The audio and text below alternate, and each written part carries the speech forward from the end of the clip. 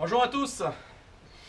Fort du succès que j'ai obtenu avec le tir réduit en K31, avec le K31, les munitions de tir réduit, donc des munitions sous-chargées, je me suis dit, pourquoi pas faire pareil pour mon Lee Enfield en calibre 303. Et bien c'est chose faite, voilà, j'ai fait quelques munitions, donc c'est des munitions plomb, bien sûr, puisque c'est tiré d'un moule de chez Lee, je vais montrer en photo.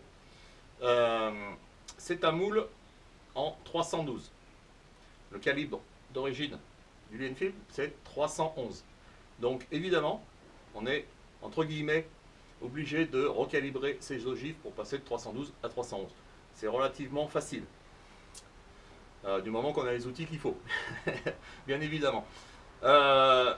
Pour cette munition, en règle générale, quand on fait du plomb et quand on fait des munitions d'armes longues, il faut mettre un gaz chèque au cul de l'ogive, chose que je n'ai pas faite sur celle-là, tout simplement parce que je n'ai pas l'outil, entre guillemets, pour mettre ce gaz chèque. Je m'explique. J'ai un outil RCBS pour recalibrer donc de 312 en 311. Malheureusement, je ne peux pas mettre le gaz chèque, ça ne va pas.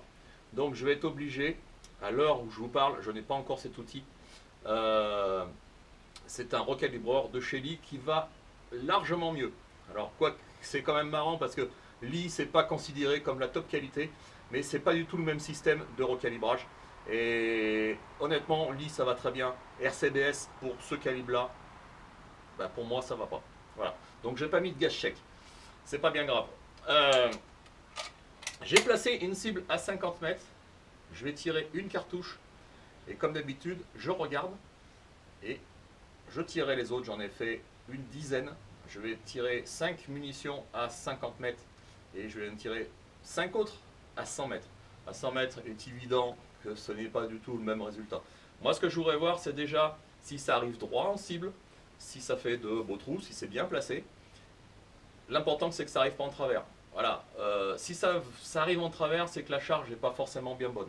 Alors, moi, je ne me suis pas embêté, puisque je fais des munitions sous-chargées à la fois pour mon G98, donc pour 8,57, dernièrement pour le 431, et j'ai utilisé donc de la A0 avec 0,90 grammes de A0. Voilà, cette poudre qui est relativement vive.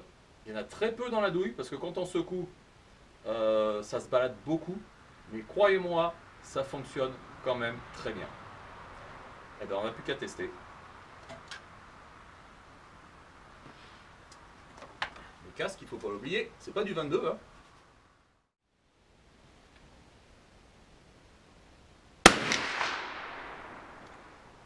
Et ça marche.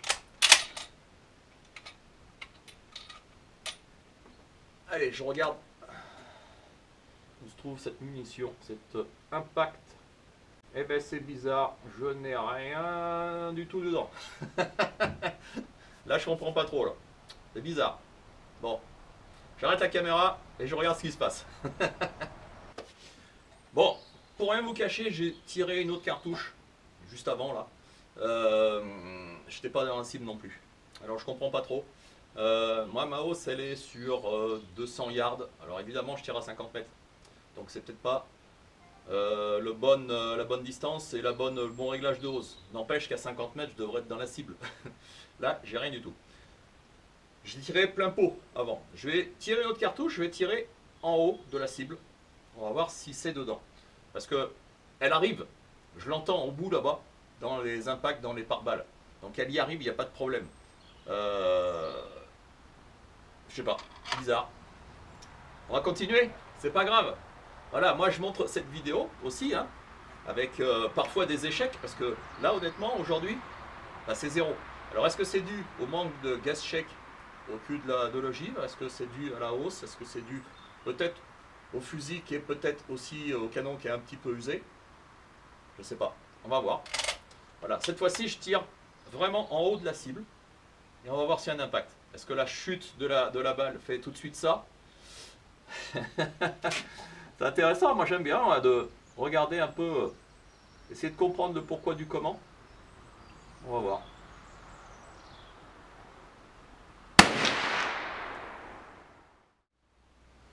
J'ai toujours rien. J'ai toujours rien. Par contre, j'ai vu, il me semble, l'impact au bout là-haut.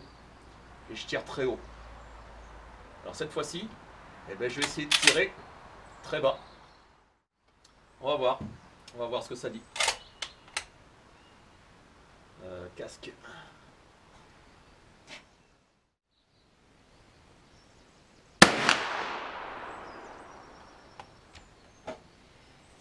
Alors, ça arrive où cette fois-ci? J'ai rien du tout. J'ai rien du tout. Alors vous savez ce que je vais faire? Je vais tirer la dernière, on sait jamais. Mais j'en ai 5 autres. Et je vais ramener ma cible à 25 mètres. Vous allez me dire à 25 mètres, waouh, avec un fusil comme ça, c'est du n'importe quoi. Ouais, mais c'est pas grave. Voilà. C'est des munitions qui coûtent pas cher. Hein. J'en ai à peine pour 2 euros la boîte de 20. Donc au final, je peux me permettre. Mais je serais curieux quand même de savoir ce qui se passe. Voilà. Je pense que vous aussi, j'imagine un petit peu. Je voudrais bien voir aussi si ça arrive en travers. Ça, c'est intéressant de savoir. Qu'est-ce qui se passe?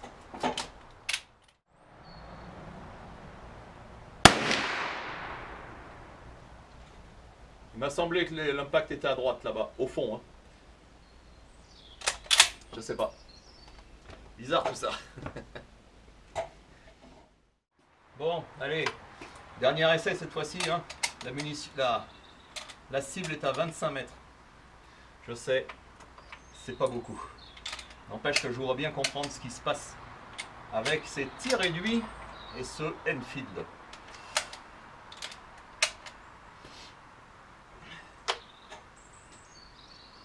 C'est parti. 25 mètres. Je devrais même voir les impacts s'il y en a directement là. Mais bon, on va voir.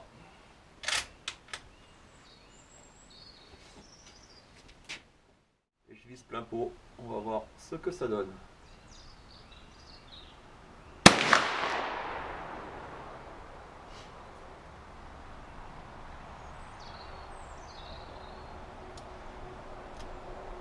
Je suis dedans.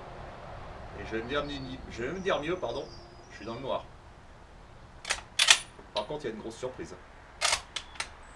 Je continue, je vais vous montrer ça.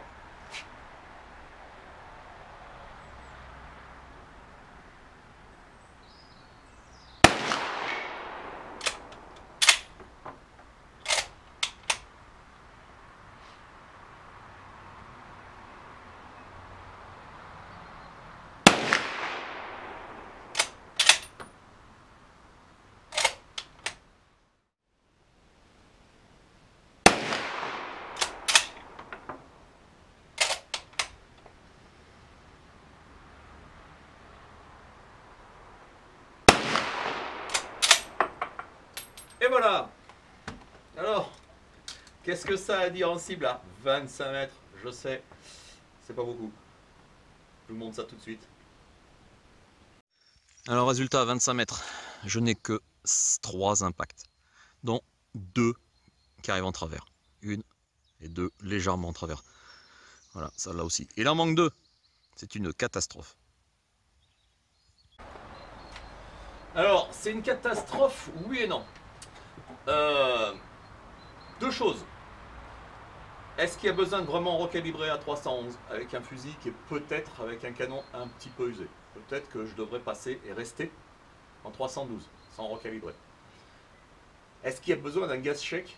Oui ou non? Les munitions là-bas arrivent en travers quand elles arrivent. Enfin, elles arrivent. Je les vois là-bas. Elles pètent dans la butte. Et il y en a partout. Voilà. Honnêtement, c'est intéressant. Voilà. C'est du tir réduit, on est d'accord.